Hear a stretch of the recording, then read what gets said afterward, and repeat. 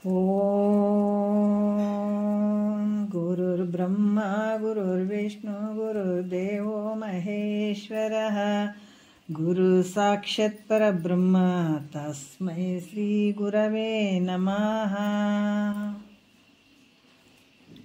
ಧ್ಯಾನ ಮೂಲ ಗುರುಮೂರ್ತಿ ಪೂಜೆ ಮೂಲ ಗುರುಪಾದ ಮಂತ್ರ ಮೂಲ ಗುರುವಾಕ್ಯಂ ಮುಕ್ತಿ ಮೂಲ ಗುರುಕೃಪಾ. ಶ್ರೋತ್ರಿಯ ಬ್ರಹ್ಮನಿಷ್ಠ ಸದ್ಗುರು ಬಸವಾನಂದರ ಪಾದಕಮಲಗಳಿಗೂ ಅವರ ಪ್ರತಿರೂಪದಂಥ ನಿಜಗುಣಪ್ಪನವರ ಪಾದಕಮಲಗಳಿಗೂ ನನ್ನ ದೀರ್ಘದಂಡ ಪ್ರಣಾಮಗಳನ್ನು ಸಲ್ಲಿಸುತ್ತಾ, ಸದ್ಗುರು ಮಾರ್ತಾಂಡ ಸಾಬಾಯಿ ಸದ್ಗುರುಗಳ ಪಾದಕಮಲಗಳಿಗೂ ಹಾಗೂ ರಾಯಪ್ಪ ಸದ್ಗುರುಗಳ ಪಾದಕಮಲಗಳಿಗೂ ನನ್ನ ದೀರ್ಘದಂಡ ಪ್ರಣಾಮಗಳನ್ನು ಸಲ್ಲಿಸುತ್ತಾ, ಗುರು ಸ್ವರೂಪರಾದಂತಹ ನನ್ನ ಪತಿದೇವರಿಗೂ ಕೂಡ ನನ್ನ ದೀರ್ಘದಂಡ ಪ್ರಣಾಮಗಳನ್ನು ಸಲ್ಲಿಸುತ್ತಾ, ಮನದಲ್ಲಿ ಸ್ಮರಿಸಿಕೊಳ್ಳುತ್ತಾ, ತಮ್ಮೆಲ್ಲರಿಗೂ ವಂದಿಸುತ್ತಾ, ಇವಾಗ ಪರಮಾರ್ಥ ಗೀತೆ ಶುರುವಾಗಿರುವಂಥದ್ದು. ಶ್ರೀ ಗುರು ಶಂಭುಲಿಂಗಾಯ ನಮಃ. ನವಮ ಗತಿ ಅಂತಂದ್ರೆ 9ನೇ ಗತಿ ಶುರುವಾಗಿರುವಂಥದ್ದು. ಇಂದಿನ ವಿಚಾರದಲ್ಲಿ ಸಪ್ತ ಭೂಮಿಕೆಗಳ ಬಗ್ಗೆ ಹೇಳ್ತಾ ಬರ್ತಾ ಇದ್ದೀವಿ ಅಂತಂದರು. ಯಾಕಂದರೆ ಈ ಸಾಧನೆಗಳು ಬಹಳ ಮುಖ್ಯವಾಗಿರುವಂಥದ್ದು. ಮುಕ್ತನಿಗೆ, ಯಾರಿಗೆ ಮುಮುಕ್ಷ ಆದಂಥವನಿಗೆ ಸಪ್ತ ಭೂಮಿಕೆಗಳನ್ನು ನಾನು ಹೇಳ್ತೀನಿ ಅಂತ ಹೇಳ್ತಾ ಇದ್ದಾರೆ. ಈ ಒಂದು ಸೂತ್ರದಲ್ಲಿ 9ನೇ ಗತಿಯಲ್ಲಿ ಏನು ಹೇಳ್ತಾರೆ, ಇಂತು ಈ ಪರಿ ಭೂಮಿ ತ್ರಯಮಂ ತಿಳುಪಿದೆನು, ಅಲ್ಲಿ 3ನೆಯ ನಿಸ್ಸಂಗಕ್ಕಂತೂ ಉಭಯ ಭೇದವನು ಈಗ ತೋರ್ಪೆನು ಅನೂನ ಯುಕ್ತಿ ಸಂಗತ್ ಮಾಗಲ್ಲ ಅಂತ ಹೇಳ್ತಾರೆ. ಏನು ಹೇಳ್ತಾರೆ, ಇಂತು ಅಂದರೆ ಈ ಪ್ರಕಾರ, ಇಂತು ಅಂದರೆ ಈ ಪ್ರಕಾರ, ಈ ಪರಿ ಅಂದರೆ ಉಕ್ತ ರೀತಿ ಅಂತ ಹೇಳುವಂಥದ್ದು. ಮತ್ತು ಭೂಮಿತ್ರಯಮಂ ಅಂದ್ರೆ 3 ಭೂಮಿಕೆಗಳನ್ನು, ಭೂಮಿತ್ರಯಮ್ ಅಂತಂದ್ರೆ 3 ಭೂಮಿಕೆಗಳನ್ನು ನಾನು ಹೇಳಿದೆ ಹಿಂದೆ. ಸುಖೇಚ್ಛ, ಸುವಿಚಾರ, ಅಸಂಗದ ಬಗ್ಗೆ ಹೇಳಿದೆ. ಅಲ್ಲಿ ಆ ಗತಿಯಲ್ಲಿರುವಂಥ ಅಂದ್ರೆ ಈ 3ನೇಯದಾದ ಈ ನಿಸ್ಸಂಗ ಅಂದರೆ ಅಸಂಗ ನಿಸ್ಸಂಗ 2 ಒಂದೇನೆ. ಈ ಭೂಮಿಕೆಗೆ 2 ಪ್ರಕಾರವಾದಂಥ ಭೇದಗಳದಾವ. ಯಾಕಂದ್ರೆ ಅವನ್ನ ನಾನು ಈಗ ಹೇಳ್ತೀನಿ ಅಂತ ಹೇಳ್ತಾರೆ. ಯಾಕಂದ್ರೆ ಹಿಂದಿನ ವಿಚಾರದಲ್ಲಿ ಸುಖೇಚ್ಛ, ಸುವಿಚಾರ, ಅಸಂಗಗಳಂತ 3 ಭೂಮಿಕೆಗಳನ್ನ ಹೇಳಿದೆ. ಆದರೆ ಅಸಂಗ ಭೂಮಿಕೆಯು ಸಾಮಾನ್ಯ ಸಂಘ ಮತ್ತು ವಿಶೇಷ ಅಸಂಗದಿಂದ 2 ಪ್ರಕಾರದಿಂದ ಕೂಡಿದಾವ. ಆ 2 ಪ್ರಕಾರದ ಭೇದ ಅನೇಕ ಯುಕ್ತಿಗಳಿಂದ ನಾನು ನಿನಗೆ ಹೇಳ್ತೀನಿ. ಅಂದರೆ ವಿಚಾರ ಮಾಡಿದಾಗ ಕಾರ್ಯಕ್ಕೆ ಕಾರಣ ಇಲ್ಲದ್ದರಿಂದ ಎಲ್ಲವೂ ಮಿಥ್ಯೆ, ತಾನೇ ಸತ್ಯನು. ಅದರಿಂದ ಅಸಂಗನು ಈ ಮೊದಲಾದ ಯುಕ್ತಿಗಳಿಂದ ವಿಶೇಷಾಂಗವನ್ನು ಹೇಳ್ತೀನಿ ಅಂತ ಹೇಳ್ತಾರೆ ಅವರು. ಇಲ್ಲಿ ವಿಶೇಷ ಸಂಘದ ಬಗ್ಗೆ ಹೇಳ್ತೀವಿ ಅಂತ ಹೇಳ್ತಾರೆ. ಏನು ಹೇಳ್ತಾರೆ, ಈಗ ನಾವು 1ನೆಯ ಒಂದು ವಿಚಾರವನ್ನು, ನುಡಿಯನ್ನು ನೋಡೋಣ. ಈಗ ಅಧಿಕಾರಿ ಸತ್ಸಂಗದ ಮೂಲಕ ಈ ವಾಕ್ಯಗಳನ್ನು, ಉಪದೇಶದ ವಾಕ್ಯಗಳನ್ನು ಕೇಳಿ ಶುದ್ಧ ಬುದ್ಧಿಯಿಂದ ತನ್ನನ್ನು ತಾನೇ ಕಾಣ್ತಾನನ್ನುವಂಥದ್ದನ್ನು ಪ್ರತಿಪಾದನೆ ಮಾಡ್ತಾರೆ. ಈಗ ಏನು ಮಾಡ್ತಾರೆ, ಏನು ಹೇಳ್ತಾರೆ ನೋಡೋಣ. ಪರಗಣ ವಿಷಯದ ಚಿಂತೆಯ ನುಳಿದು ಬರಿಗತ ಗೋಷ್ಠಿಗಳಂ ನೆರೆಗೆಳೆದು, ನಿಜ ವೈರಾಗ್ಯದ ಬಲವೆಡೆಗೆಡದೆ ಸುಜನರ ಗೋಷ್ಠಿಗಳಂ ಸೆಲೆ ಬಿಡದೆ, ತಡೆಯದೆ ಸುವಿಚಾರದ ಬಸಿತವನು ಪಿಡಿದ ಬುದ್ಧಿಯನ್ನಿಪ ಮುಕುರವನು, ಬೆಳಗಿ ವಿಷಯ ಮಲಿನಂ ಗಳೆದಂಗೆ ಬಳಿಕದರೊಳು ತನ್ನಂ ನೋಳ್ಪಂಗೆ, ಮುಚ್ಚಿದ ಬಗೆಯಂ ಕಳೆದುಳಿದಿದ್ದ ಬಚ್ಚ ಬರಿಯ ಸಮ ಸುಖವೆನಿಸಿರ್ದ, ನಿಜವೇ ತೋರುವುದಿರಿಟ್ಟಂತೆ ಸುಜನನೆ ಕರಗತ ಮಾಣಿಕದಂತೆ ಅಂತ ಹೇಳ್ತಾರೆ. ಏನು ಹೇಳ್ತಾರೆ, ಪರಗಣ ಅಂದರೆ ಹೊರಗಣ, ವಿಷಯದಂದರೆ ಶಬ್ದಾದಿ ವಿಷಯಗಳು, ಶಬ್ದ, ಸ್ಪರ್ಶ, ರೂಪು, ರಸ, ಗಂಧ. ನೋಡ್ರಿ ಈ ಅಧಿಕಾರಿ ಹೆಂಗೆ ಯಾಕಂದ್ರೆ ಈ ಹಂತವಾಗಿ ಬರ್ತಾ ಇದ್ದಾನೆ. ಆಯಿತಾ, ಮುಮುಕ್ಷು ಭಾವ ಹೊಂದಿದ ಅಧಿಕಾರಿ ಈಗ ಶುದ್ಧ ಬುದ್ಧಿಯಿಂದ ತನ್ನನ್ನು ತಾನೇ ಕಾಣ್ತಾನೆ ಅನ್ನುವಂಥದ್ದನ್ನು ಹೇಳ್ತಾರೆ. ಯಾಕಂದ್ರೆ ಆತ ಹೆಂಗಿರ್ತಾನೆ, ಹೊರಗಣ ವಿಷಯದ ಚಿಂತೆಯನ್ನು ಉಳಿದು ಹೊರಗಡೆ ವಿಷಯಗಳೇನದಾವ ಶಬ್ದಾದಿ ವಿಷಯಗಳು, ಇವೆಲ್ಲವುಗಳ ಚಿಂತೆಯನ್ನು ಬಿಟ್ಟಿರುವಂಥದ್ದು ಬಿಡ್ತಾನತ. ಬಿಟ್ಟು ಏನು ಮಾಡ್ತಾನ ಅಂದ್ರೆ ಈ ಶಬ್ದ ಸ್ಪರ್ಶ ರೂಪು ರಸ ಗಂಧ ಆ ಸದ್ವಿಷಯಗಳು ಇವು ಮನಸ್ಸಿನಿಂದ ಆತ ಯೋಚನೆ ಮಾಡ್ತಾನೆ, ಚಿಂತೆ ಮಾಡ್ತಾನೆ, ಅದನ್ನು ಬಯಸ್ತಾನೆ ಅಂದರೆ ಇಲ್ಲ, ಇವ್ಯಾವು ಆತ ಬಯಸಂಗಿಲ್ಲ. ಮತ್ತು ಪರಮಾರ್ಥ ವಿಮುಖರಾದ ಜನರೊಡನೆ ನೋಡ್ರಿ, ಯಾಕಂದರೆ ಈ ಪರಮಾರ್ಥದಾಗ ಯಾರು ಇರಂಗಿಲ್ಲ, ಈ ಒಂದು ಪರಮಾರ್ಥದಾಗ ಯಾರು ಇರಂಗಿಲ್ಲ ಅವ್ರ ಜೊತೆ. ಇದ್ರ ಬಗ್ಗೆ ಬರೀ ಸಂಸಾರದಾಗ ಮುಳುಗಿರ್ತಾವೆ ನೋಡ್ರಿ, ನಮ್ಮ ಸುತ್ತಮುತ್ತ ಹಂಗೆ ಇರ್ತಾವೆ. ಎಲ್ಲ ಅಪರೂಪ ಹಿಂಗೆ ಕುಂತು ಕೇಳಬೇಕು, ಪ್ರತಿನಿತ್ಯ ಕುಂತು ಕೇಳ್ಬೇಕು ಅನ್ನುವಂಥ ಭಾವ ಬರೋದು. ಅದಕ್ಕೆ ಹೇಳಿದಾರ ಪುಣ್ಯಾತ್ಮರಿಗೆ ಮಾತ್ರ ಇದು ಹೇಳುವಂಥದ್ದು ಅಂತ. ಅವರಿಗೆ ಕೇಳ್ಬೇಕು ಅನ್ನಿಸ್ತದೆ, ಇಲ್ಲಾಂದ್ರೆ ಕುಂದ್ರು ಗುಡ್ಸಂಗಿಲ್ಲ ನಿಂದ್ರು ಗುಡ್ಸಂಗಿಲ್ಲ. ಇಲ್ಲಿ ಅವ್ರು ಹೇಳುವಂಥವ್ರು ಕಂಡ್ರೆ ಕೂಡ ಆಗಂಗಿಲ್ಲ ಕೆಲವರಿಗೆ. ಏನು ಮಾಡ್ತಾರೆ? ಅದಕ್ಕೆ ಈ ಒಂದು ಏನು ಅಧಿಕಾರಿ ಏನು ಮಾಡ್ತಾನ, ಹೊರಗಿನ ಶಬ್ದಾದಿ ವಿಷಯಗಳ ಬಗ್ಗೆ ಆತ ಯೋಚನೆ ಮಾಡಂಗಿಲ್ಲ, ಚಿಂತೆ ಮಾಡಂಗಿಲ್ಲ. ಮತ್ತು ಬರೀ ಸಂಸಾರದಾಗೇನು ಮುಳುಗಿರ್ತಾರಲ್ಲ ಅಂಥ ಜನರೊಡನೆ ಸವಾಸ ಮಾಡಂಗಿಲ್ಲತ್ತ. ಮತ್ತು ಅನರ್ಥವಾದಂಥ ಕೆಲವು ವಿಚಾರಗಳು ಸುಮ್ಮನೆ ಮಾತಾಡ್ತಾನೇನೋ, ಅವ್ರ ಜೊತೆ ಹೆಚ್ಚಾಗಿ ಒಡನಾಟದಾಗ ಇರ್ತಾನೇನೋ ಅಂದ್ರೆ ಅಂಥವ್ರ ಜೊತೆ ಯಾವತ್ತೂ ಒಡನಾಟದಾಗ ಆಡಂಗಿಲ್ಲ, ಅಂಥವ್ರ ಜೊತೆ ಮಾತಾಡಂಗಿಲ್ಲ. ಅದಕ್ಕೆ ಮಹಾತ್ಮರು ಹೇಳ್ತಾರೆ, ಯಾರು ತಮ್ಮನ್ನು ತಾವು ತಿಳ್ಕೊಳಕ್ಕೆ ಪ್ರಯತ್ನ ಮಾಡಂಗಿಲ್ಲ ಅವರೇ ದುಷ್ಟರು ಅಂತ ಹೇಳ್ತಾರೆ. ನಾವು ದುಷ್ಟರು ಅಂದಾಗ ಅವ್ರಿಗೆ ಒಡೆದು ಬಡ್ದು ಮತ್ತು ಯಾರಿಗೆ ಹಿಂಸೆ ಕೊಟ್ಟು ಇದೆಲ್ಲ ಮಾಡೋಂಥವ್ರಿಗೆ ದುಷ್ಟರು ಅಂತ ನಮ್ಮ ಲೆಕ್ಕದಾಗ ನಾವು ಹೇಳ್ತೀವಿ. ಆದ್ರೆ ಮಹಾತ್ಮರ ದೃಷ್ಟಿಯಲ್ಲಿ ನಾವು ದುಷ್ಟರು. ಯಾಕಂತಂದರೆ ನಾವು ಏನು ಯಾತಕ್ಕೆ ಬಂದೀವಿ ಅದನ್ನು ಮರೆತು ಬಿಟ್ಟು ಮಾಡಬಾರ್ದು ಕೆಲಸಗಳನ್ನು ನಾವು ಮಾಡಾಕತ್ತೀವಲ್ಲ, ತತ್ತು ಅಂತಾರೆ. ಮತ್ತು ದುಷ್ಟರೇ ಅಂತಾರೆ ಅವರಿಗೆ, ದುರಾಚಾರಿಗಳು ಅಂತಾರೆ ಮತ್ತು ಬಂದತ್ತಿದ್ರೆ. ಯಾಕಂದ್ರೆ ಇಂಥವ್ರ ಜೊತೆ ಏನಾದ್ರೆ ಸಹವಾಸ ಮಾಡಿ ಅನೇಕ ಸುಮ್ಮನೆ ಆ ಮಾತು ಈ ಮಾತು ಆಡಿ ಸಮಯ ವ್ಯರ್ಥ ಮಾಡ್ತಾನೇನಂದ್ರೆ ವ್ಯರ್ಥ ಮಾಡ್ಕೊಳಂಗಿಲ್ಲ.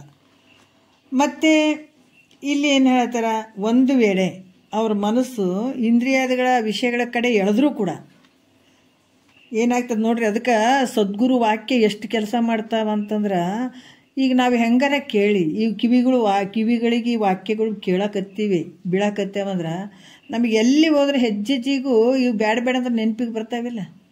ಯಾರಾದರೂ ಬೈದ್ರೆ ಹೊಡೆದ್ರೆ ಕುಂತ್ರ ನಿಂತ್ರ ಸಾಯವರಿಗೆ ಅವ್ರ ಜೊತೆ ಮಾತಾಡಂಗಲ್ರಿ ಅಂತೀವಿ. ಯಾಕಂದ್ರೆ ಆ ಮಾತುಗಳಿಗೆ ಕಿವಿಗೆ ಇದು ಪದೇ ಪದೇ ಬಡಿತಿರ್ತಾವೆ, ಅಂದ್ರೆ ಗುಯಿ ಗುಡ್ತಾ ಇರ್ತಾವೆ. ಅದೇ ರೀತಿ ಕೂಡ ಸದ್ಗುರು ವಾಕ್ಯವನ್ನು ನೀನು ಹೆಂಗಾರ ಕೇಳು, ಆದರೆ ಹೆಜ್ಜೆಜಿಗೂ ಅವು ನೆನಪಿಗೆ ಬರ್ತಾವು. ಅದಕ್ಕೆ ಕೇಳ್ಬೇಕನ್ನೋದು, ಕೇಳಲಾರ್ದು ಹಂಗೆ ಸಾಯಬಾರ್ದು. ಗುರುವಚನ ಕಿವಿಗೆ ಬೀಳಬೇಕವು, ಕೆಲಸ ಮಾಡ್ತಾವು. ಅದಕ್ಕೆ ಅವು ಒಂದು ವೇಳೆ ಮನಸ್ಸು ಇಂದ್ರಿಯಗಳ ಕಡೆ ಎಳೆದ್ರೂ ಕೂಡ ಗುರು ಹೇಳಿದ ನೆನಪು ಬರ್ತಿದ್ದಿಲ್ಲ. ನೋಡಪ್ಪ ಇದೆಲ್ಲ ನಾವೇನು ಸಂಸಾರ ಮಾಡಾಕತ್ತಿದ್ದು ಎಲ್ಲ ಮಿಥ್ಯೆ ಅಂತ ಹೇಳಿದ್ರು ಗುರುಗಳು ನಿನ್ನೆ, ಇವೆಲ್ಲ ವಿಷಯಾದಿಗಳು ಭಾಳ ದುಃಖದಿಂದ ಕೂಡಿದವಪ್ಪ ಅಂತ ನಮಗೆ ಬರ್ತಿದ್ದಿಲ್ಲ ಮನಸ್ಸಿನಲ್ಲಿ. ಮತ್ತು ಅದು ದೊಡ್ಡ ಕೆಲಸನೇ, ಅದು ಹಂಗೆ ಮನಸ್ಸಿನಾಗ ಬರೋದು. ಅದಕ್ಕೆ ಒಂದು ವೇಳೆ ಇಂದ್ರಿಯಗಳು ಈ ಮನಸ್ಸನ್ನುವಂಥದ್ದು ಇಂದ್ರಿಯಗಳ ಕಡೆ ವಿಷಯಗಳ ಕಡೆ ಎಳೆದ್ರೂ ಕೂಡ ವೈರಾಗ್ಯ ಸಂಸ್ಕಾರದ ಬಲದಿಂದ ಪುನಃ ತನ್ನ ಸ್ವಾಧೀನವನ್ನು ಮಾಡಿಕೊಡ್ತಾನತ. ಏನು ಮಾಡ್ತಾನೆ ಈ ಅಧಿಕಾರಿ, ಏನು ಮಾಡ್ತಾನಂತಂದ್ರೆ ವಿಷಯಾದಿಗಳ ಕಡೆ ಮನಸ್ಸು ಹೋದ್ರೂ ಕೂಡ ಪುನಃ ವೈರಾಗ್ಯ ಬಲದಿಂದ ಆ ಮನಸ್ಸನ್ನು ಪುನಃ ತನ್ನ ಕಡೆ ಎಳ್ಕೋತಾನತ. ಅನಂತರ ಸತ್ಪುರುಷರನ್ನು ಹುಡುಕಿ ಏನು ಮಾಡ್ತಾನೆ, ಅಂಥ ಸತ್ಪುರುಷರನ್ನು ಹುಡುಕಿ ಅವರ ಸಹವಾಸ ಮಾಡ್ತಾನೆ, ಅವ್ರ ವಾಕ್ಯಗಳನ್ನು ಕೇಳ್ತಾನೆ, ಅವ್ರ ಒಡನಾಟದಾಗ ಇರ್ತಾನೆ, ಅವ್ರ ವಿಚಾರಗಳನ್ನು ಕೇಳಿ ಅದನ್ನು ಶ್ರವಣ ಮಾಡ್ತಾನತ್ತ ಅಂತಾರೆ. ಅದಕ್ಕೆ ಆ ಒಂದು ವಿಚಾರದಲ್ಲಿರುವಂಥವ್ರಿಗೆ ನಾವು ಸಂಘ ಮಾಡಬೇಕು ಅಂತ ಹೇಳುವಂಥದ್ದು. ಯಾಕಂತಂದ್ರೆ ಈ ಒಂದು ಸದ್ವಾಕ್ಯಗಳನ್ನು ಶ್ರವಣ ಮಾಡ್ತಾನೆ.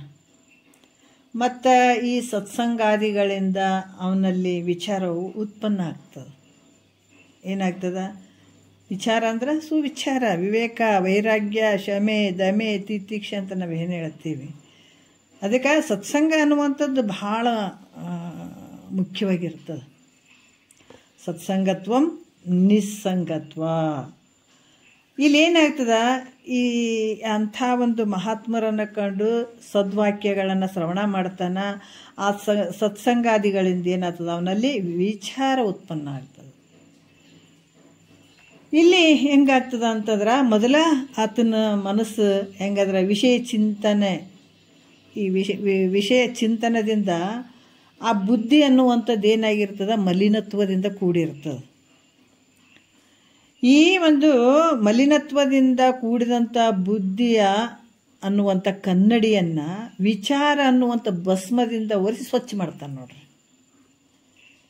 ಈ ಬುದ್ಧಿ ಹೆಂಗಾಗ್ಯದ, ಆ ಮಾತು ಈ ಮಾತು ಜನ್ಮ ಜನ್ಮಾಂತರದ ಬಂದು ಅದಕ್ಕೆ ಮತಿಗೆ ಮಂಗಳಬಹುದು ಉತ್ತಮರ ಸಂಘ ಅಂತ ಹೇಳ್ಯಾರ ಮಹಾತ್ಮರು. ನಿಜಗೊಂಡ್ರೆ ಹೇಳ್ತಾರ, ಈ ಬುದ್ಧಿಗೆ ಉತ್ತಮ ಮತಿ ಅಂದ್ರೆ ಬುದ್ಧಿ, ಈ ಏನು ಹೇಳ್ತಾರ ಮತಿಗೆ ಮಂಗಳಬಹುದು. ಮತ್ತು ಕೇಳದೇ ಇದ್ರೆ ಒಬ್ಬೊಬ್ರು ಕೇಳೋ ಅವಶ್ಯಕತೆನೇ ಇಲ್ಲ ಅಂತಾರೆ ನೋಡ್ರಿ. ಇದು ಹೆಂಗದಿದೆ, ಮಕ್ಕಳಿಗೆಲ್ಲ ದಿನ ಸಾಲಿಗೆ 25 ವರ್ಷ ತನಕ ಸಾಲಿಗೆ ಕಳಿಸೋದು, ಗುರು ಮುಖಾಂತರ ಕುಂತು ಕೇಳೋದಕ್ಕೆ ಇಲ್ಲ, ಕೇಳಬಾರ್ದು, ಒಂದೇ ದಿವ್ಸಕ್ಕೆ ಆಗಿಬಿಡ್ಬೇಕದು. ಅರೇ ನೋಡ್ರಿ, ಅದಕ್ಕೆ ಅಂಥ ಒಂದು ಬ್ರಹ್ಮಜ್ಞಾನಕ್ಕೆ ಅಷ್ಟು ವರ್ಷ ನೀನು ಆಗ್ತಿ ಮಾಡ್ತಿ ಅಂದಾಗ ಓದ್ತಿದ್ದಂದಾಗ ಇದು ಬ್ರಹ್ಮಜ್ಞಾನ ಐತಿದು. ಅದಕ್ಕೆ ಜನ್ಮ ಜನ್ಮಾಂತರದ ಬುದ್ಧಿ ಏನಾಗ್ಯದ, ಮಲಿನತ್ವದಿಂದ ಕೂಡಿದ. ಆ ಮಲಿನತ್ವ ಹೋಗ್ಬೇಕಾಗಿತ್ತಂದ್ರೆ ಅಂಥ ಒಂದು ಅಮಂಗಳವಾದಂಥ ಬುದ್ಧಿಯಿಂದ ಕೂಡ್ಯದ. ಅದು ಯಾವಾಗ ಅಮಂಗಳ ಅಂತಂದ್ರೆ, ಯಾವಾಗ ಸದ್ವಿಚಾರಗಳನ್ನು ನಾವು ಕೇಳಂಗಿಲ್ಲ, ಗುರುವಾಕ್ಯವನ್ನು ಕೇಳಂಗಿಲ್ಲ, ಅಂಥ ಬುದ್ಧಿಗಳೆಲ್ಲ ಮಂದ ಬುದ್ಧಿ ಅಥವಾ ಮಲಿನತ್ವದಿಂದ ಕೂಡಿದಂಥ ಬುದ್ಧಿ ಅಥವಾ ಅಮಂಗಳಕರವಾಗಿರುವಂಥ ಬುದ್ಧಿ ಅಂತ ತಿಳ್ಕೊಂಬಿಡ್ರಿ ಅಂತಿದ್ರು.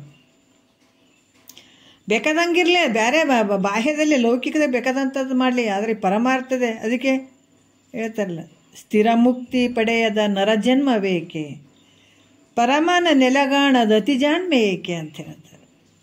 ಸ್ಥಿರ ಮುಕ್ತಿ ಪಡೆಯದ ನರಜನ್ಮ ಇದನ್ನು ತೊಗೊಂಡು ಏನು ಮಾಡ್ತಿ, ಯಾವ ಬುದ್ಧಿ ತೊಗೊಂಡು ಏನು ಮಾಡ್ತಿ, ಭಾಳ ಎದ್ರಾಗ ಹೊರಗೆ ಭಾಳ ಹುಷಾರಿದ್ದ ಅಂಥ ಬುದ್ಧಿಗಳು ತೊಗೊಂಡು ಏನು ಮಾಡ್ತಿ, ನಿನ್ನನ್ನು ನೀನು ತಿಳ್ಕೊಳ್ಳದೆ ಇರುವಂಥ ಬುದ್ಧಿ ತೊಗೊಂಡು ಏನು ಮಾಡ್ತಿದ್ದ, ಅಮಂಗಳ ಅಂತ ಹೇಳ್ತಾರೆ. ಅದಕ್ಕೆ ಮತಿಗೆ ಮಂಗಳವಾವುದು ಉತ್ತಮರ ಸಂಘ, ಆವಾಗ ಮಂಗಳ ಆಗ್ತದೆ ನಿನ್ನ ಬುದ್ಧಿ. ಇಲ್ಲಾಂದ್ರೆ ಅಮಂಗಳನೇ, ಎಷ್ಟು ಜನ್ಮರ ತಿರುಗಾಡಿ ಬಾ, ನಿನ್ನ ಬುದ್ಧಿ ಅಮಂಗಳನೇ.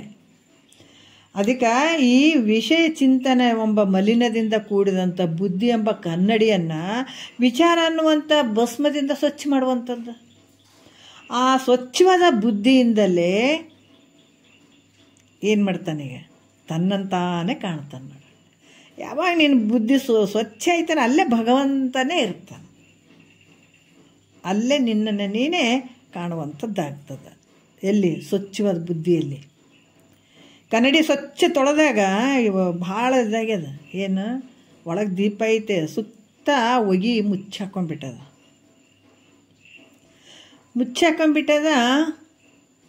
ಏನಾಗ್ಯದ ಈಗ, ಒಳಗಿನ ದೀಪ ಕಾಣವಂತ.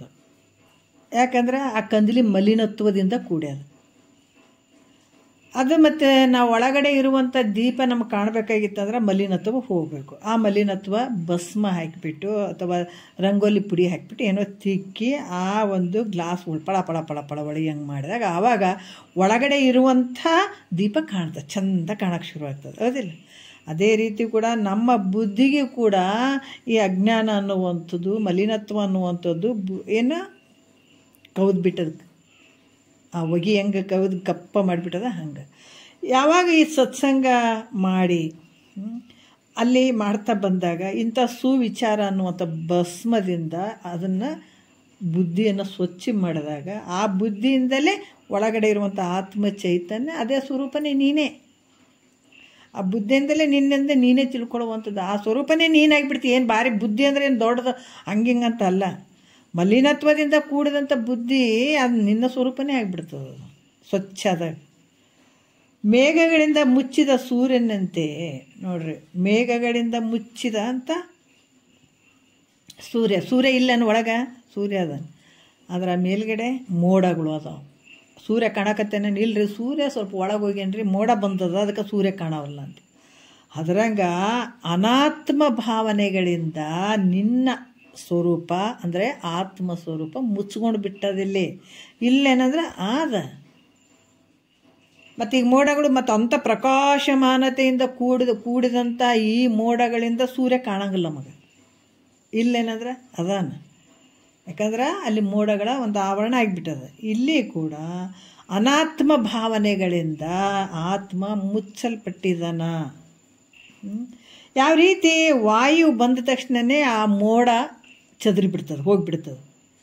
ಗಾಳಿ ಯಾವಾಗ ಬೀಸ್ತದೆ ಅವಾಗ ಮೋಡ, ಗಾಳಿ ಬಂದರೆ ಇವಾಗ ಮೋಡ ಹೋಯ್ತು ಅಂತ ಹೇಳ್ತೀವಿ. ಯಾವಾಗ ವಾಯು ಆ ಒಂದು ಮೋಡವನ್ನು ಹಿಂಗೆ ಹೊಡೆದಾಗ, ಚದುರಿಸಿ ಬಿಟ್ಟಾಗ ಇದ್ದ ಸೂರ್ಯ ಹೆಂಗೆ ಅಲ್ಲಿ ಹೊಳಿತಾನಿಲ್ಲ, ಹಾಗೆ ಇಲ್ಲಿ ಕೂಡ ಆತ್ಮ ವಿಚಾರದಿಂದ ಅನಾತ್ಮ ಭಾವನೆಗಳು ಹೋಗ್ಬಿಡ್ತಾವೆ. ಅಂದ್ರೆ ಜ್ಞಾನ ಸೂರ್ಯ ನೋಡ್ರಿ, ಆತ್ಮದ ವಿಚಾರದಿಂದ ಅನಾತ್ಮವಾದಂತಹ ಏನಾಗ್ತದೆ ಇಲ್ಲಿ. ಯಾರು ಫೋನ್ ಮಾಡಕತ್ತಾರ, ಒಂದು ನಿಮಿಷ.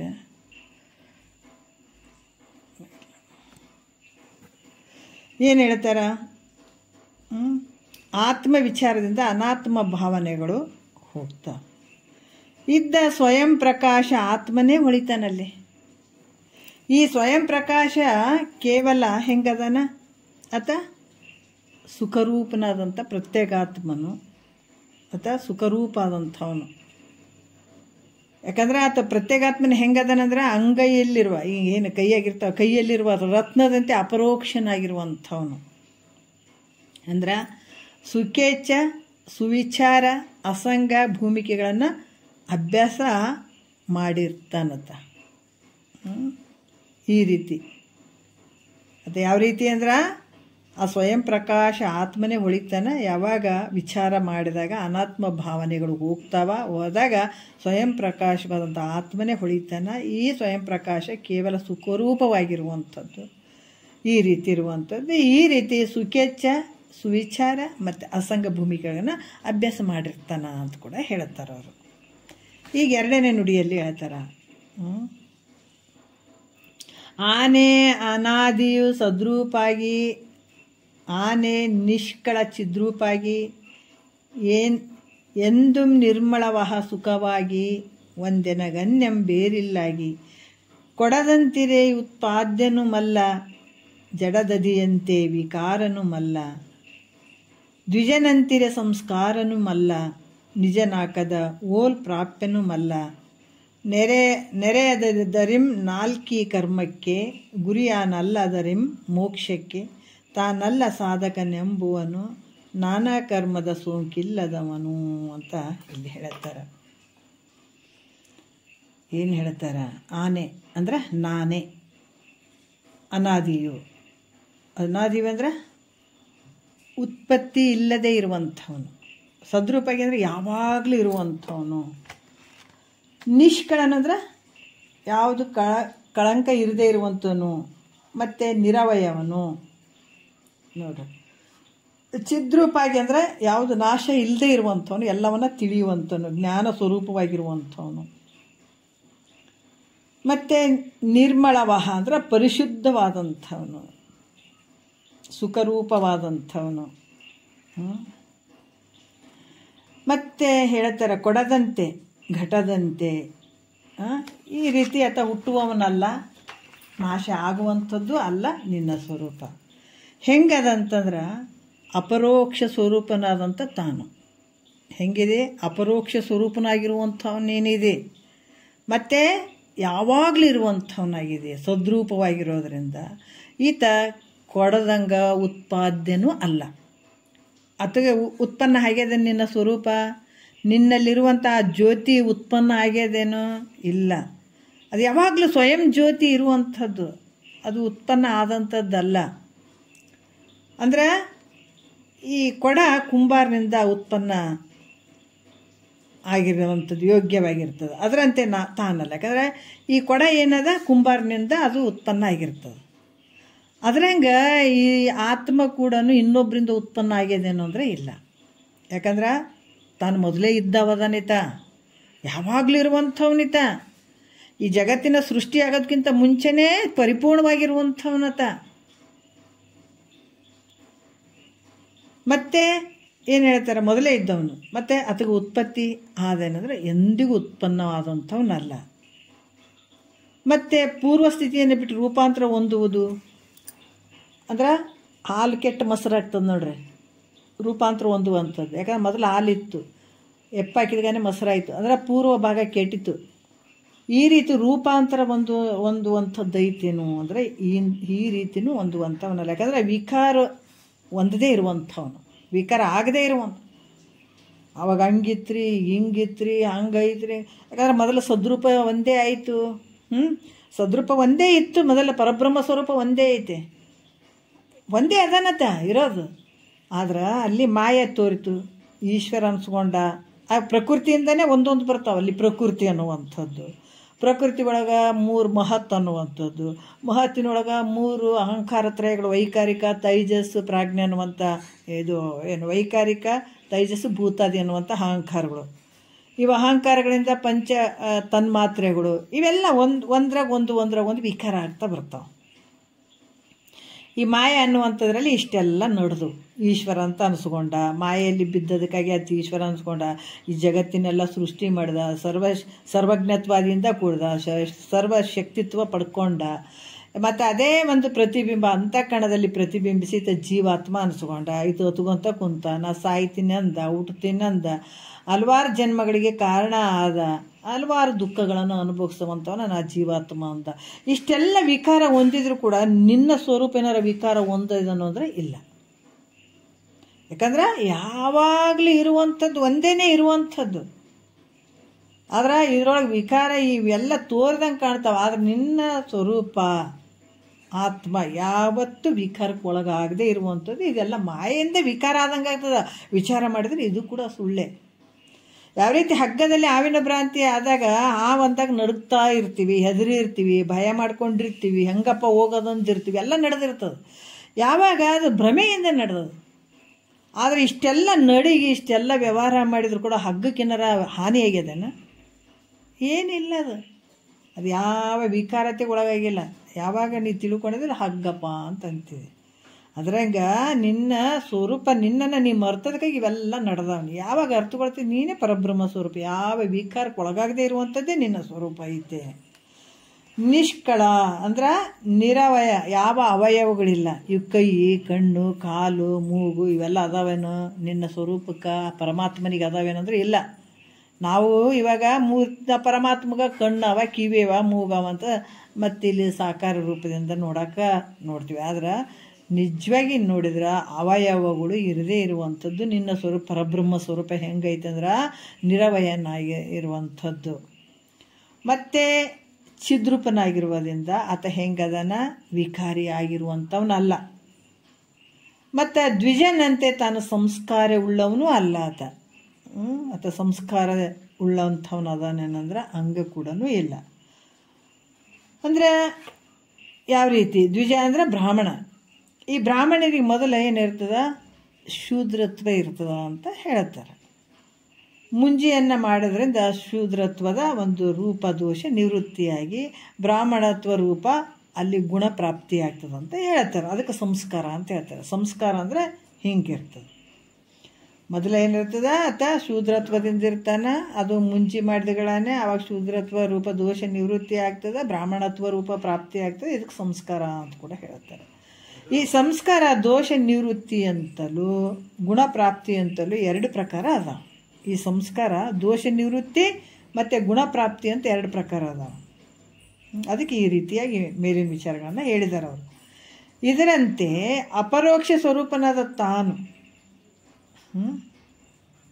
ಅಪರೋಕ್ಷ ಸ್ವರೂಪನಾದ ತಾನು ದೋಷ ನಿವೃತ್ತ ಅರ್ಥವಾಗಿ ಗುಣ ಪ್ರಾಪ್ತಿ ಅರ್ಥವಾಗಿ ಪ್ರವೃತ್ತಿ ಉಳ್ಳಂಥದ್ದು ಅಲ್ಲ. ಈ ರೀತಿ ಏನಾದರೂ ಬ್ರಾಹ್ಮಣ ಮುಂಜಿಗೆ ಮಾಡಿಸೋದಕ್ಕಿಂತ ಮುಂಚೆ ಬೇರೆ ಥರ ಇದ್ದ, ಮುಂಜಿ ಮಾಡ್ಸೋದ್ಮೇಲೆ ಅದು ಬೇರೆ ಆಯಿತು ಅಂತ ಅನ್ನುವಂಥದ್ದು ಈ ಥರ ಏನಾರ ನಿನ್ನ ಸ್ವರೂಪಕ್ಕೆ ಅದಾವೇನು? ದೋಷ ನಿವೃತ್ತಿ ಅರ್ಥವಾಗಿ ಅಥವಾ ಗುಣಪ್ರಾಪ್ತಿ ಅರ್ಥವಾಗಿ ಈ ಥರ ಈ ಪ್ರವೃತ್ತಿ ಉಳ್ಳಂಥದ್ದು ಐತೇನು ನಿನ್ನ ಸ್ವರೂಪ ಅಂದರೆ ಇದು ಯಾವುದಕ್ಕೂ ಒಳಗಾಗಿಲ್ಲತ್ತ. ತಾನು ಮೊದಲೇ ಹೆಂಗೆ ಅದಾನಂತಂದ್ರೆ ನಿರ್ಮಲ ಸ್ವರೂಪದಿಂದ ಅದಾನತ್ತ. ಭಾಳ ನಿರ್ಮಲವಾಗಿರುವಂಥವು. ನೀವೇನಿಲ್ಲ, ಇವು ಯಾವ ಸಂಬಂಧನೇ ಇಲ್ಲ, ಇಲ್ಲೆಲ್ಲ ಜೀವಿಗಳ ಸೃಷ್ಟಿಯಲ್ಲಿ ನಡೆದಂಥ ವಿಚಾರ. ಆದರೆ ಪರಮಾತ್ಮನಿಗೆ ಇದು ಯಾವುದು ಸಂಬಂಧ ಇಲ್ಲ. ಆತ ಹೆಂಗದನ ನಿರ್ಗುಣನಾಗಿರುವಂಥವ್ನು. ಈ ಜಗತ್ತು ಈ ವ್ಯವಹಾರ ಎಲ್ಲಿ ನಡೆದವಂದ್ರೆ 3 ಗುಣಗಳಿಂದ ನಡೆದದು. ಸತ್ವ, ರಜೋ, ತಮೋ, ಈ 3 ಗುಣಗಳಿಂದನೇ ತುಂಬಿ ಹೋಗ್ಯದ. ಇದನ್ನು ದಾಟಕ್ಕೆ ಆಗವಲ್ದು ನಮಗೆ. ಈ 3ಗಳನ್ನು ದಾಟಿ ಹೋಗ್ಬೇಕಾಗ್ಯದ, 3 ಗುಣಗಳನ್ನು ದಾಟಿ ಹೋಗ್ಬೇಕಾಗ್ಯದ. ಎಲ್ಲ 3 ಗುಣಗಳದಾಗ ಸಿಕ್ಕಾಕೊಂಡು ಬಿದ್ದಿದ್ದೀವಿ. ಮತ್ತು ಈಗ ಸ್ವರ್ಗದಂತೆ ತಾನು ಪ್ರಾಪ್ಯನೂ ಅಲ್ಲ. ಈ ಸ್ವರ್ಗ ನಮಗೇನಾಗ್ತದೆ, ನಾವು ಯಜ್ಞ ಯಾಗಾದಿಗಳನ್ನು ಮಾಡಿದಾಗ ಸ್ವರ್ಗ ಪ್ರಾಪ್ತಿ ಆಗ್ತದೆ ಅಂತ ಹೇಳ್ತೀವಿ. ಆ ಥರ ಏನಾರ ಪ್ರಾಪ್ತಿ ಆಗ್ತಾನೇನು, ನಿನ್ನ ಸ್ವರೂಪ ಈ ಥರ ಪ್ರಾಪ್ತಿ ಆಗ್ತದೆ ಅನ್ನೋದ್ರೆ ಹಂಗೆ ಪ್ರಾಪ್ತಿ ಆಗುವಂಥದ್ದು ಅಲ್ಲ. ಮತ್ತು ಇದು ಸ್ವರ್ಗಲೋಕವು ಕರ್ಮ ಮಾಡಿದೆ. ಯಾಕಂತಂದ್ರೆ ಈ ಸ್ವರ್ಗಲೋಕ ಯಾವಾಗ ಅಂದರೆ ಯಾವ ಪುರುಷ ಜೀವಾತ್ಮ ಕರ್ಮ ಮಾಡಿರ್ತಾನೆ ಅವರಿಗೆ ಈ ಸ್ವರ್ಗಲೋಕಾದಿಗಳು ಪ್ರಾಪ್ತ ಆಗ್ತವೆ. ಅದರಂತೆ ಈ ರೀತಿಯಿಂದ ಪ್ರಾಪ್ತಿ ಆಗ್ತಾನೇನು ಇತ್ತ ಸ್ವರ್ಗಾದಿ ಭೋಗಗಳಂಗೆ ಈತನು ಪ್ರಾಪ್ತಿ ಆಗ್ತಾನೇನು ಅಂದ್ರೆ ಪ್ರಾಪ್ತಿ ಆಗೋವಂಥವನು ಅಲ್ಲ. ಯಾಕಂದ್ರೆ ತನಗಿಂತಲೂ ಬೇರೆ ಯಾವುದೋ ಇಲ್ಲದ್ರಿಂದ ಅದು ಹೆಂಗದಾನ ಪೂರ್ಣನಾಗಿರುವಂಥದ್ದು. ನಿನ್ನ ಸ್ವರೂಪ ಪರಬ್ರಹ್ಮ ಸ್ವರೂಪ ಹೆಂಗೈತೆ ಅಂದ್ರೆ ಪೂರ್ಣವಾಗಿರುವಂಥದ್ದು. ಅದಕ್ಕೆ ಅಲ್ಲಿ ಪ್ರಾಪ್ಯನೂ ಅಲ್ಲ, ಉತ್ಪಾದ್ಯನೂ ಅಲ್ಲ. ಪ್ರಾಪ್ಯ, ಸಂಸ್ಕಾರ, ವೈಖರಿ ಇವು 4 ಕರ್ಮದ ಫಲಗಳದ ನೋಡ್ರಿ. ಇವು ಯಾವಕ್ಕೂ ಒಳಗಾಗದೇ ಇರುವಂಥದ್ದು ನಿನ್ನ ಸ್ವರೂಪ ಅದ. ಇಲ್ಲಿ ಉತ್ಪಾದ್ಯ, ಪ್ರಾಪ್ಯ, ಸಂಸ್ಕಾರ, ವೈಕಾರ್ಯ ಇವು 4 ಕರ್ಮದ ಫಲಗಳದ. ಇವು 4 ಏನು ಕರ್ಮ ಮಾಡ್ತೀವಲ್ಲ, ಯಜ್ಞ ಯಾಗಾದಿಗಳು, ಜಪ ತಪಗಳು ಇವೇನು ಮಾಡ್ತೀವಲ್ಲ ಅದರ ಒಂದು ಫಲಗಳು ಇವು. ಯಾವುದು? ಉತ್ಪಾದ್ಯ, ಪ್ರಾಪ್ಯ, ಸಂಸ್ಕಾರ್ಯ, ವೈಕಾರ್ಯಗಳನ್ನುವಂಥದ್ದು ಈ ಕರ್ಮದ ಫಲಗಳದಾವ. ಹೊರ್ತು ಮೋಕ್ಷದ ರೂಪ ಅಲ್ಲ. ಯಾಕಂತಂದ್ರೆ ಕರ್ಮಗಳನ್ನು ಮಾಡ್ತಾ ಇರಬೇಕಾದಾಗ ಅದರ ಸಂಸ್ಕಾರವು ಅಂತಃಕರಣದಲ್ಲಿ ಉತ್ಪನ್ನ ಆಗುವಂಥದ್ದು ಯೋಗ್ಯವಾಗಿರುವಂಥದ್ದು. ಅದರಿಂದ ಘಟದಂತೆ ಉತ್ಪಾದ್ಯವೆನಿಸುವುದು. ಅದು ಹೆಂಗದಂತಂದ್ರೆ ಅಂತಃಕರಣದಲ್ಲಿ ಸಂಸ್ಕಾರವು ಅದರ ಸಂಸ್ಕಾರ, ಯಾಕಂದರೆ ಯಾವುದನ್ನು ಕರ್ಮ ಮಾಡ್ತಾ ಇರಬೇಕಾದಾಗ ಅದರ ಸಂಸ್ಕಾರ ಅಂತಃಕರಣದಲ್ಲಿ ಉತ್ಪನ್ನ ಆಗಿರುವಂಥದ್ದು. ಆದರೆ ಹಂಗೆ ಇದು ಘಟದಂತೆ ಹೆಂಗದ ಹುಟ್ಟ್ಯದ ಅಂತ ಅನಿಸೋಕ್ಕೆ ಸಾಧ್ಯ ಆಯ್ತು, ಉತ್ಪಾದ್ಯ ಅಂತ ಅನಿಸ್ತದೆ. ಅನಂತರ ಆ ಸಂಸ್ಕಾರವು ಕರ್ಮ ಪುರುಷನನ್ನು ಸ್ವರ್ಗ ಕುರಿತು ನೋಡ್ರಿ, ಸ್ವರ್ಗವನ್ನು ಕುರಿತು ಲೋಕವನ್ನು ಹೊಂದಿಸೋದ್ರಿಂದ ಇದಕ್ಕೆ ಪ್ರಾಪ್ಯ ಅಂತ ಹೇಳ್ತಾರೆ. ಅದು ಏನು ಕರ್ಮ ಮಾಡ್ತಾನಲ್ಲ, ಈಗ ಅಂತಃಕರಣದಾಗ ಏನಪ್ಪ ನಾ ಇಂಥ ಭೋಗಗಳನ್ನು ಅನುಭವಿಸ್ಬೇಕು, ಸ್ವರ್ಗಾದಿ ಭೋಗಗಳನ್ನು ಅನುಭವಿಸ್ಬೇಕು ಅಂತ ಅಂದ್ಕೊಂಡು ಅಂಥ ಕರ್ಮಗಳನ್ನು ಮಾಡಿ ನಂತರ ಸ್ವರ್ಗ ಲೋಕವನ್ನು ಕೂಡೋದ್ರಿಂದ, ಸ್ವರ್ಗ ಲೋಕವನ್ನು ಅಲ್ಲಿ ಕೂಡೋದ್ರಿಂದ ಅದಕ್ಕೇನು ಹೇಳ್ತಾರೆ ಪ್ರಾಪ್ಯ ರೂಪವಾಗಿರುವಂಥದ್ದು ಕರ್ಮ. ಅದು ಹುಟ್ಟುವಂಥದ್ದು. ಮತ್ತು ಪ್ರಾಪ್ಯ ಅಂದರೆ ಪ್ರಾಪ್ತಿಯಾಗುವಂಥದ್ದು, ಸ್ವರ್ಗ ಪ್ರಾಪ್ತಿಯಾಗುವಂಥದ್ದು. ಮತ್ತು ಸ್ವರ್ಗದಲ್ಲಿ ಏನಾಗ್ತದೆ, ಇಲ್ಲಿ ಭೂಲೋಕದಾಗ ಮನುಷ್ಯತ್ವ ಇರ್ತದೆ. ಸ್ವರ್ಗಕ್ಕೆ ಹೋದಗಳನ್ನೇ ಅಲ್ಲಿ ಏನು ಬರ್ತದೆ, ದೇವತ್ವ ಪ್ರಾಪ್ತಿ ಆಗ್ತದೆ ಅಲ್ಲಿ. ಅದರಿಂದ ದ್ವಿಜನತೆ ಸಂಸ್ಕಾರ ಅಂತ ಅನ್ನಿಸ್ತಾನೇನು. ಅದೇನದ ಸ್ವರ್ಗದಲ್ಲಿ ಮನುಷ್ಯತ್ವ ಹೋಗಿ ದೇವತ್ವ ಪ್ರಾಪ್ತಿಯಾಗಿರೋದ್ರಿಂದ ಅದು ದ್ವಿಜನತೆ ಸಂಸ್ಕಾರ ಅನ್ನಿಸ್ತದೆ. ಅನಂತರ ಕೆಲವು ದಿವಸಗಳು ಏನಾಗ್ತದೆ, ಆ ಸ್ವರ್ಗ ಸುಖವನ್ನು ಅನುಭವಿಸ್ತಾನೆ, ಅದು ಕ್ರಮೇಣ ಕಡಿಮೆ ಆಗ್ತಾ ಹೋಗ್ತದೆ. ಸ್ವರ್ಗಾದಿ ಭೋಗ ಅಂದರೆ ಅಲ್ಲೇ ನಿನಗೇನು ಇಟ್ಕೊಂಡು ಕುಂದ್ರಂಗಿಲ್ಲ. ನೀನು ಎಷ್ಟು ಪುಣ್ಯ ಮಾಡಿದಿ, ಎಷ್ಟು ಭಕ್ತಿ ಮಾಡಿದಿ, ಎಷ್ಟು ನೆನೆಸಿದಿ, ಇದಕ್ಕಾಗಿ ಅಲ್ಲಿ ಮಾತ್ರ ನಿನ್ನ ಇಟ್ಕೋತಾರೆ. ಮತ್ತು ದುಃಖ ಕ್ರಮ, ಯಾಕಂದ್ರೆ ಅದು ವೃದ್ಧಿ ಆಗ್ತಾ ಹೋಗ್ತದೆ. ನೀನು ಅನುಭವಿಸಿದಂಥ ಸುಖ ಕಡಿಮೆ ಆಗ್ತಾ ಹೋಗ್ತದೆ, ದುಃಖ ಜಾಸ್ತಿ ಆಗ್ತಾ ಹೋಗ್ತದೆ ಸ್ವರ್ಗಾದಿ ಭೋಗಗಳನ್ನು ಅನುಭವಿಸ್ಬೇಕಾದಾಗ. ಅದೇನಾಗ್ತದೆ, ಅದರಿಂದ ವೈಕಾರ್ಯ ಅಂತ ಅನಿಸ್ಕೊಳ್ತದೆ. ದುಃಖ ಸ್ವಲ್ಪ ಜಾಸ್ತಿ ಆಗ್ತಾ ಹೋದಾಗ ಅದು ವೈಕಾರ್ಯ ಅಂತ ಅನಿಸ್ಕೊಳ್ತದೆ. ಈ ರೀತಿ ಕರ್ಮದ ಫಲ 4 ರೀತಿಯಿಂದದಾವ. ಏನೇ ಆಗಲಿ ನಾವು ಪಡ್ಕೋತೀವಿ ಅಂತ ಭಾವ ಇದ್ದದ್ದು ಒಂದು ಉತ್ಪಾದ್ಯ ಪ್ರಾಪ್ತಿ ಆಗುವಂಥದ್ದು ಅದು ಅಷ್ಟೇ ಇರ್ತದೆ ಅಂದರೆ ಇಲ್ಲ, ಕ್ರಮವೂ ಆಗಿ ಏನಾಗ್ತದೆ, ನಾಶ ಆಗ್ತಾ ಬರ್ತದೆ. ಅದಕ್ಕೆ ಇಲ್ಲಿ ಕೂಡ ಏನು ಹೇಳ್ತಾರೆ, ಕರ್ಮದ ಫಲವು 4 ಪ್ರಕಾರ ಅದ. ಆದ್ರೆ ಇದಕ್ಕೆ ವಿಲಕ್ಷಣನಾಗಿರುವಂಥದ್ದು, ನೀನು ಬೇರೆ ಆಗಿರುವಂಥದ್ದು, ನೀ ಹೆಂಗಿದೆ ಸದ್ರೂಪಿದೆ, ಎಲ್ಲ ಕಡೆ ಪರಿಪೂರ್ಣವಾಗಿರುವಂಥ ವಿಭು ಇದೆ, ನಿಷ್ಕಳ, ಯಾವ ಅವಯವಗಳು ನಿನಗಿಲ್ಲ, ನಿಷ್ಕಳದಿಂದ ಕೂಡಿದಂಥವನು, ಮತ್ತು ಅಮಲ. ಅಮಲ ಅಂದರೆ ಪರಿಶುದ್ಧವಾಗಿರುತ್ತೆ, ಯಾವ ಮಲ ದೋಷಗಳು ಇಲ್ಲ. ಮಲ ಇರುವಂಥದ್ದಲ್ಲ, ಅಮಲವಾಗಿರುವಂಥದ್ದು, ಪರಿಶುದ್ಧವಾಗಿರುವಂಥದ್ದು.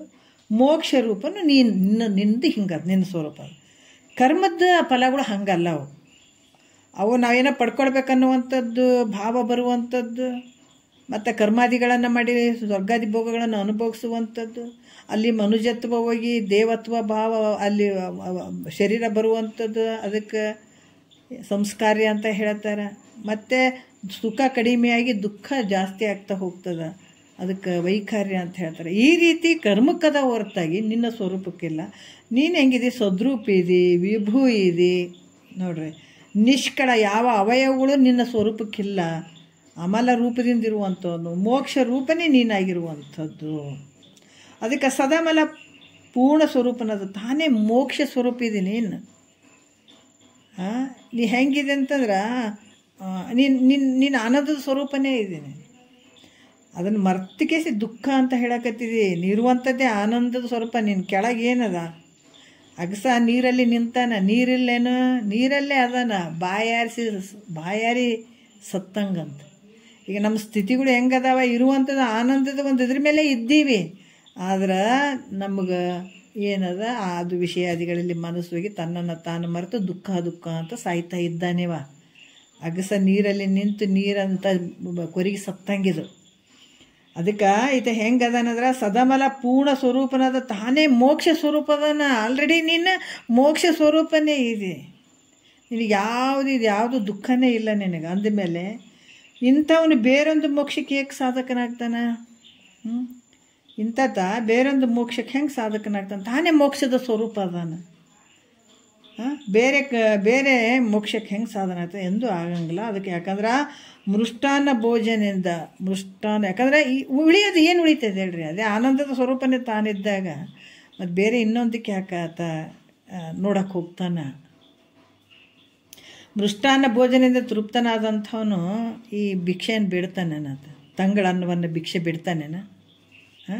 ಇಲ್ಲ. ಅದರಿಂದ ಯಾವ ಮೋಕ್ಷಕ್ಕೋಸ್ಕರ ಯಾವ ಕರ್ಮಗಳನ್ನು ಮಾಡ್ಲಿಕ್ಕೆ ಹೋಗ್ತಾನೆ. ಇನ್ನು ಈತ ಎಲ್ಲನೂ ಮುಟ್ಟಿಬಿಟ್ಟಿದ್ದಾನ, ಆನಂದವಾಗಿ ಅದಾನ, ಆನಂದದ ಸ್ವರೂಪವನ್ನು ತಿಳ್ಕೊಂಡಿದ್ದಾನ, ಅದೇ ಸ್ವರೂಪದಲ್ಲಿ ತಾನದಾನಂದ್ರೆ ಇನ್ನು ಯಾವುದ್ರ ಸಲ ಕರ್ಮ ಮಾಡಕ್ಕೆ ಹೋಗ್ತಾನೆ ಹೇಳ್ರಿ ಆತ? ಯಾಕಂದ್ರೆ ಏನೇನು ಪಡ್ಕೊಳ್ಬೇಕಾಯ್ತು ಎಲ್ಲ ಪಡ್ಕೊಂಡಿದ್ದಾನ. ಮತ್ತು ಈ ಮೋಕ್ಷ ಸಲುವಾಗಿ ಮತ್ತು ಬೇರೆ ಏನಾದರೂ ಕರ್ಮಗಳನ್ನು ಮಾಡಕ್ಕೆ ಹೋಗ್ತಾನೆ ಅನ್ನತ್ತ? ಇಲ್ಲ. ಅಂದ್ರೆ ಯಾವ ಕರ್ಮಗಳನ್ನು ಮಾಡಂಗಿಲ್ಲತ. ಅದಕ್ಕೆ ಈ ರೀತಿಯಾಗಿ 2-3 ಶ್ಲೋಕಗಳಲ್ಲಿ ಈ ವಿಚಾರಗಳನ್ನು ಅಸಂಗ ಭೂಮಿಕೆಯನ್ನು ಇದನ್ನು ಹೇಳಿದರು. ಈ ರೀತಿಯಾಗಿ ಇದು ಅಸಂಗ ಭೂಮಿಕೆಯಲ್ಲಿ ವಿಶೇಷ ಅಸಂಗದ ಬಗ್ಗೆ ಅವರು ಹೇಳ್ತಾ ಬಂದರು. ಮತ್ತು ಇನ್ನೂ ಒಂದು ಹೇಳ್ತಾರೆ, 3ನೇ ನುಡಿಯಲ್ಲಿ ಹೇಳ್ತಾರೆ, ಅಹಂಕಾರವೇ ಕರ್ಮಗಳನ್ನು ಮಾಡಿ ಅವುಗಳ ಫಲಗಳಾದ ಸುಖ ದುಃಖಗಳನ್ನು ಅನುಭವಿಸಿದ ಹೊರತು ನಾನಲ್ಲ, ನಾನು ಈ ಅಹಂಕಾರಕ್ಕೆ ಸಾಕ್ಷಿ ಅಸಂಗನಾಗಿದ್ದೇನಂತ ಪ್ರತಿಪಾದನೆ ಮಾಡುತ್ತಾರೆ. ಯಾಕಂತಂದ್ರೆ ಈ ಅಹಂಕಾರವೇ ಕರ್ಮಗಳನ್ನು ಮಾಡಿ ಅದರ ಫಲಗಳನ್ನು ಅದೇ ಉಣಿಸ್ತದ ಹೊರತಾಗಿ ನನಗಿದಕ್ಕೆ ಸಂಬಂಧ ಇಲ್ಲ, ಅದಕ್ಕೆ ಸಾಕ್ಷಿಯಾಗಿರುವಂಥವು ನಾನು ಅಸಂಗದಿಂದ ಇದ್ದೀನಿ ಅನ್ನುವಂಥದ್ದನ್ನು ಹೇಳ್ತಾರೆ ಅವರು 3ನೇ ನುಡಿಯಲ್ಲಿ. ಏನು ಹೇಳ್ತಾರೆ? ಜ್ಞಾನಾಭಾಸವೆನಿಪ ಅಹಂಕಾರ ತಾನು ಎಸಗಿದ ಕರ್ಮದೋಳು ಶರೀರ ಗಟ್ಟಿಪುದು ಭೋಗಿಪ ಕರ್ಮ ಪದದೋಳು ನಟಿಪುದು ಸುಖ ದುಃಖ ಆಕಾರದೋಳು ಆ ಸುಖ ದುಃಖವನ್ನು ಅನುಭವಿಸುತ್ತಾ ಈ ಸಂಸ್ಕೃತಿಯೋಳು ಸಂಚರಿಸುತ್ತಾ ಇಹಕತದಿಂದಿದ್ದು ಕರ್ತನು ತಾನೇ ಅದಕ್ಕಧಿಕರಣವೆನಿಪ ತನ್ಮಾತ್ರ ಪದವು ಆನದರೋಡ್ ಕಿಂಚಿತ್ ಮಾತ್ರ ಪುದಿದಿಂತಿಲ್ಲಿರಲಾರೆನು ನಿರಂಗ ಅದರಿಂದೆನಗಾದುದು ನಿಸ್ಸಂಗ ಅಂತ ಹೇಳ್ತಾರೆ. ಏನು ಹೇಳ್ತಾರೆ? ಜ್ಞಾನ ಅಭಾಸನ ಏನಪ್ಪ ಅಂದ್ರೆ ಅಭಾಸ ಚೇತನ ಅಂತ ಇಳಿಸಿಕೊಳ್ಳುವಂಥ. ಯಾಕಂದ್ರೆ ಇಲ್ಲಿ ಏನು ಹೇಳ್ತಾರೆ? ಭಾಳಷ್ಟು ವಿಚಾರಗಳನ್ನು ಇಲ್ಲಿ ಹೇಳ್ತಾರೆ. ಇಲ್ಲಿ ಇಂದಿನ ವಿಚಾರದಲ್ಲಿ ಕೂಡ ಏನು ಹೇಳಿದ್ರು? ನಾನು ಕರ್ತನೂ ಅಲ್ಲ, ಅದರಿಂದ ಕರ್ಮಗಳನ್ನು ಮಾಡೋದಕ್ಕೆ ನನಗೆ ಯಾವ ಅಧಿಕಾರಿಯೂ ಇಲ್ಲ, ಅಧಿಕಾರಿಯೂ ಅಲ್ಲ, ಮತ್ತು ನಾನು ಕರ್ಮ ಫಲಗಳನ್ನು ಅದನ್ನು ಮಾಡೋಕ್ಕೆ ಹೋಗಂಗಿಲ್ಲ. ಯಾಕಂದರೆ ನಾನು ಯಾವುದಕ್ಕೂ ಒಳಗಾದಂಥವನ್ನಲ್ಲ, ಹಂಗಾಗಿ ನಾನು ಕರ್ಮ ಮಾಡೋಕ್ಕೂ ಹೋಗಂಗಿಲ್ಲ ಅಂತ ಹೇಳಿದರು. ಸ್ವರೂಪ ಹೆಂಗೈತೆ, ಯಾವ ಕರ್ಮಕ್ಕೆ ಕರ್ತೃತ್ವ ಭೋಕ್ತೃತ್ವ ಯಾವುದಕ್ಕೂ ಸಂಬಂಧ ಇಲ್ಲ ಅಂತ ಹೇಳಿದರು. ಮತ್ತು ಹಂಗಂದ್ರೆ ತಾವು ಕರ್ಮಗಳನ್ನು ಮಾಡೋದು ನಮಗೆ ಪ್ರತ್ಯಕ್ಷವಾಗಿ ಕಾಣಿಸ್ತದ, ಅದರಿಂದ ಕರ್ಮದ ಸ್ಪರ್ಶವು ಕೂಡಿಲ್ಲ ಅಂತ ಹೇಗೆ ಹೇಳ್ತೀರಿ ಅಂತ ಕೇಳಿದರೆ ಏನು ಹೇಳಿದ್ರು ಅವರು?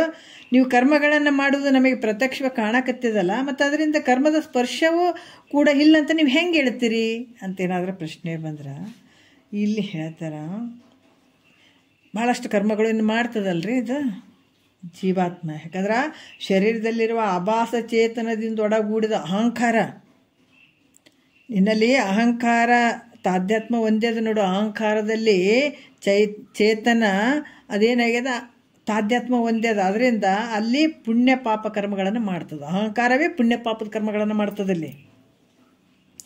ಹೆಂಗಂದ್ರೆ ಆಭಾಸ ಚೇತನದೊಡಗೂಡಿದ ಅಹಂಕಾರವೇ ಪುಣ್ಯ ಪಾಪ ಕರ್ಮಗಳನ್ನು ಮಾಡ್ತದ. ಮಾಡಿದ ಕರ್ಮಕ್ಕನುಗುಣವಾಗಿ ಇಲ್ಲಿ ಪಾಪ ಪುಣ್ಯ ಮಾಡಿ ಇಲ್ಲಿ ಶರೀರವನ್ನು ಪಡಿತದೆ. ಆ ಕರ್ಮದ ಫಲಗಳನ್ನು ಉಪಭೋಗ ಮಾಡ್ತದೆ. ಇದೇ ಅಹಂಕಾರ ಅನ್ನುವಂಥದ್ದು. ಅದೇ ಪಾಪ ಪುಣ್ಯವನ್ನು ಮಾಡಿಸ್ತದ, ಅದೇ ಪ್ರಕಾರ ಶರೀರನೂ ಬರ್ತದೆ, ಅದೇ ಪ್ರಕಾರ ಕರ್ಮ ಉಪಭೋಗಗಳನ್ನು ಮಾಡಿಸ್ತದೆ. ಹೇಗಂದ್ರೆ ಅಹಂಕಾರವು ನಾನೇ ದೇಹ ಅಂತ ಅಭಿಮಾನಿಸಿಕೊಂಡು ಜ್ಞಾನೇಂದ್ರಿಯಗಳಿಂದ ಶಬ್ದಾದಿ ವಿಷಯಗಳನ್ನು ಕಂಡು ಇದೇನು ಮಾಡ್ತದೆ, ಅಹಂಕಾರ ಏನು ಮಾಡ್ತದೆ, ನಾನು ದೇಹ ಅಂತದೆ. ಈ ಮೂಲ ಅಹಂಕಾರ ನೋಡ್ರಿ. ಇದೇನು ಮಾಡ್ತದೆ, ನಾನು ದೇಹ ಅಂತ ಅಭಿಮಾನಿಸ್ಕೊಳ್ತದ. ಜ್ಞಾನೇಂದ್ರಿಯಗಳಿಂದ ಶಬ್ದಾದಿ ವಿಷಯಗಳನ್ನು ಕಂಡು ಒಂದರಲ್ಲಿ ಸುಖ ಅನಿಸ್ಕೊಳ್ತದ, ಒಂದರಲ್ಲಿ ದುಃಖ ಅನಿಸ್ಕೊಳ್ತದ. ಮತ್ತು ಯಾಕಂದ್ರೆ ಮತ್ತು ಸುಖ ದುಃಖಗಳನ್ನು ಕುರಿತು ನಾನೇ ಸುಖಿ ನಾನೇ ದುಃಖಿ ಅಂತ ಈ ರೀತಿ ದುಃಖ ಮತ್ತು ಸುಖಗಳನ್ನು ಅನುಭವಿಸ್ತದೆ. ಇದೇ ಅಹಂಕಾರ. ಅದಕ್ಕೆ ಈ ಪ್ರಕಾರ ಜನರು ಹೆಂಗಾಗ್ತದೆ ಅಂತಂದರೆ, ಇದನ್ನು ಯಾವಾಗ ಇದ್ರಾಗೆ ಹೋಗ್ತಾರೆ, ನಾ ಸುಖಿ ಇದೀನಿ ನಾ ದುಃಖಿ ಇದೀನಿ ಅಂತ ಇದೇವನ್ನು ಅನುಭವಿಸ್ತಾ ಈ ಪ್ರಕಾರದ ಜನರು ಮರಣ ಮತ್ತು ಜನನ ಮರಣದಲ್ಲಿ ಏನಾಗ್ತದೆ, ಈ ಸಂಸಾರದಲ್ಲಿ ಸುತ್ತುತ್ತಾ ಅದರ ಪುನರಪಿ ಜನನಂ ಪುನರಪಿ ಮರಣಂ ಅಂತ. ಹೀಗಿರುವುದರಿಂದಲೇ ಅಹಂಕಾರವು ಕರ್ತ ಎನಿಸುತ್ತದೆ. ನೋಡ್ರಿ, ಇದೇ ನಾನೇ ಎಲ್ಲದಕ್ಕೂ ಕಾರಣ, ಕರ್ತ ನಾನೇ ಮಾಡುವಂಥವನು ಅಂತ ಅನಿಸ್ತದೆ. ಅದರಿಂದ ಎಂಥ ಕರ್ಮವನ್ನು ಮಾಡೋದು ಅಂಥ ಫಲವನ್ನು ಅವಶ್ಯವಾಗಿ ಉಪಮ. ಯಾಕಂದರೆ ಏನು ಕರ್ಮ ಮಾಡ್ಯದ, ಪುಣ್ಯರ ಮಾಡಲಿ ಪಾಪರ ಮಾಡಲಿ ಏನು ಮಾಡಿದ್ರು ಕೂಡ ಅದೇ ಅನುಭವಿಸ್ತದೆ. ಅದರಿಂದ ಅದು ನಾನು ಭೋಕ್ತ ಅಂತ ತಿಳಿಸ್ಕೊಳ್ತದೆ. ಮಾಡೋದಕ್ಕೆ ನಾನು ಕರ್ತ, ನಾ ಮಾಡಿದೆ ಅಂತ ಅನಿಸ್ಕೊಳ್ತದ. ತಾ ಮಾಡಿದಂಥ ಫಲವನ್ನು ಉಣ್ಬೇಕಾದಾಗ ನಾ ಭೋಕ್ತ ಅಂತ ಅನಿಸ್ಕೊಳ್ತದ. ಯಾಕಂದರೆ ಇಂಥ ನಾ ಮಾಡಿದೆ ನಾನು ಭೋಗಿಸಿದೆ ಅಂತ ಅನ್ನುವಂಥದ್ದಕ್ಕೆ ಇದಕ್ಕೆ ಕಾರಣ ಆಗಿರುವಂಥದ್ದು ನೋಡ್ರಿ. ಕರ್ತ ಭೋಕ್ತ ರೂಪವಾದ ಅಹಂಕಾರ. ಅಹಂಕಾರ ಏನು ಅನ್ಕೊಳ್ತದ, ಮಾಡಿದ್ದಕ್ಕೆ ನಾ ಮಾಡಿದೆ ಅಂತದ, ಭೋಗಿಸಿದಕ್ಕೆ ಭೋಗಿಸಿದೆ ಅಂತ ಹೇಳ್ತದೆ. ಈ ಅಹಂಕಾರಕ್ಕೆ ಅಧಿಷ್ಠಾನಭೂತವಾದಂಥದ್ದು ನೋಡ್ರಿ. ಇದು ಅಹಂಕಾರಕ್ಕೆ ಅಧಿಷ್ಠಾನಭೂತವಾಗಿರುವಂಥದ್ದು ಯಾವುದು? ನಿನ್ನ ಸ್ವರೂಪನೇ, ಕೇವಲ ಸದ್ರೂಪವಾಗಿರುವಂಥದ್ದು, ಎಲ್ಲದರಲ್ಲಿ ಇರುವಂಥದ್ದು.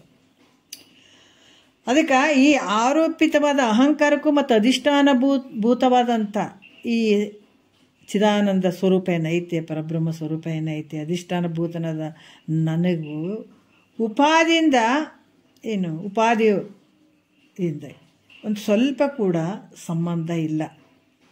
ಯಾಕಂದ್ರೆ ಭೂತನಾದ ನನಗೆ, ಯಾಕಂದರೆ ಉಪಾಧಿ ರೂಪದಿಂದ ಅಲ್ಲಿ ತೋರ್ದಂಗೆ ಆಗ್ತದೆ. ವಿಚಾರ ಮಾಡಿದ್ರೆ ಈ ಅಹಂಕಾರಕ್ಕೆ ಅಧಿಷ್ಠಾನವಾದಂಥ ಸದ್ರೂಪಾತ್ಮನಿಗೆ ಯಾವ ಸಂಬಂಧನೂ ಇಲ್ಲ. ಯಾಕಂದ್ರೆ ನಾನು ನಿರಾವಯದಿಂದ ಇದ್ದೇನೆ. ಅಹಂಕಾರ ಹೆಂಗದ, ನಿನ್ನ ಸ್ವರೂಪ ಹೆಂಗದ, ಯಾವುದೇ ಅವಯವಗಳಿಂದ ಕೂಡಿದಂಥದ್ದಲ್ಲ, ನಿರಾವಯನಾಗಿರುವಂಥದ್ದು. ಅಹಂಕಾರ ಅವಿದ್ಯೆ ಕಾರ್ಯವಾಗಿರುವುದರಿಂದ, ಅಹಂಕಾರ ಏನದ, ಅದ್ರ ಕಾರ್ಯ ಏನದ, ಅವಿದ್ಯೆ ಕಾರ್ಯ ಆಗಿರೋದ್ರಿಂದ ನಾ ಕರ್ತೃತ್ವ, ನಾ ಭೋಕ್ತೃತ್ವ, ನಾ ಮಾಡಿದೆ, ನಾ ಉಂಡೆ, ನಾ ಸತ್ಯ, ನಾ ಬದುಕಿದೆ ಅಂತ ಇವೆಲ್ಲ ರೀತಿಯಿಂದ ಕೂಡಿರುವಂಥದ್ದು ಯಾವುದು? ಅಹಂಕಾರ. ಈ ಕಾರಣದಿಂದ ನಾನು ಏನದೀನಿ, ಅಸಂಗ ಸ್ವರೂಪ ಆಗಿದ್ದೀನಿ. ಯಾವ ಅಹಂಕಾರ ಇವೆಲ್ಲ ಮಾಡುವಂಥದ್ದು, ಇದೆಲ್ಲ ನಾನು ಮಾಡಿದೆ, ನಾನು ಉಂಡೆ, ಇಷ್ಟೆಲ್ಲ ದುಃಖಕ್ಕೂ ಗುರಿಯಾಗುವಂಥದ್ದು, ಈ ಜನನ ಮರಣ ಬರುವಂಥದ್ದು, ಸುಖ ದುಃಖಗಳ ರೂಪವಾಗಿ ಜನನ ಮರಣ ಎಲ್ಲ ಬರುವಂಥದ್ದು ಪಾಪ ಪುಣ್ಯಗಳಿಗನುಸಾರವಾಗಿ ಈ ಅಹಂಕಾರದಿಂದನೇ ನಡೀತದೆ. ಯಾಕಂದ್ರೆ ಅಹಂಕಾರದಲ್ಲೇ ಚೈತನ್ಯ ಏನದ, ಆಭಾಸ ಚೈತನ್ಯ ಒಡಗೂಡಿದಕ್ಕಾಗಿ ಇಷ್ಟೆಲ್ಲ ನಡೆದಾವ. ಆದರೆ ವಿಚಾರ ಮಾಡಿ ನೋಡಿದ್ರೆ ಇದು ಅಹಂಕಾರಕ್ಕೆ ಹೊರತು ನಿನ್ನ ಆತ್ಮಸ್ವರೂಪಕ್ಕಿಲ್ಲ, ಇದು ಬೇರೆಯೇ ಅದು. ಅದಕ್ಕೆ ಈ ಅಸಂಗ, ನನ್ನ ಸ್ವರೂಪ ಹೆಂಗಿದೆ, ನಿನ್ನ ಸ್ವರೂಪ ಹೆಂಗದಂದ್ರೆ ಅಸಂಗದ ಯಾವುದಕ್ಕೂ ಒಳಗಾಗದೇ ಇರುವಂಥದ್ದದ ನಿನ್ನ ಸ್ವರೂಪ. ಅದಕ್ಕೆ ನನಗೆ ಕರ್ಮಗಳ ಸ್ಪರ್ಶವೂ ಕೂಡ ಯಾವುದೂ ಇಲ್ಲ, ಕರ್ಮಗಳ ಒಂದು ಸ್ಪರ್ಶ ಕೂಡ ಈ ಆತ್ಮನಿಗಿಲ್ಲ ಅನ್ನುವಂಥದ್ದೇ ಸತ್ಯ ನೋಡುವ ಶಿಷ್ಯ ಅಂತ ಹೇಳ್ತಾರೆ ಅವರು. ಮತ್ತು ಇದನ್ನು ಒಂದು ಸ್ವಲ್ಪ ಹಿಡ್ಕೊಂಡು ನಾಳೆ ಮಾತಾಡೋಣ. ಮುಂದಿನ 4ನೇ ನುಡಿ ಒಂದೆರಡು ಮತ್ತು ಗುರುಗಳು ಪಾದಕ್ಕೆ ಅರ್ಪಿಸಿ ಆರಾಮ ಆರತಿ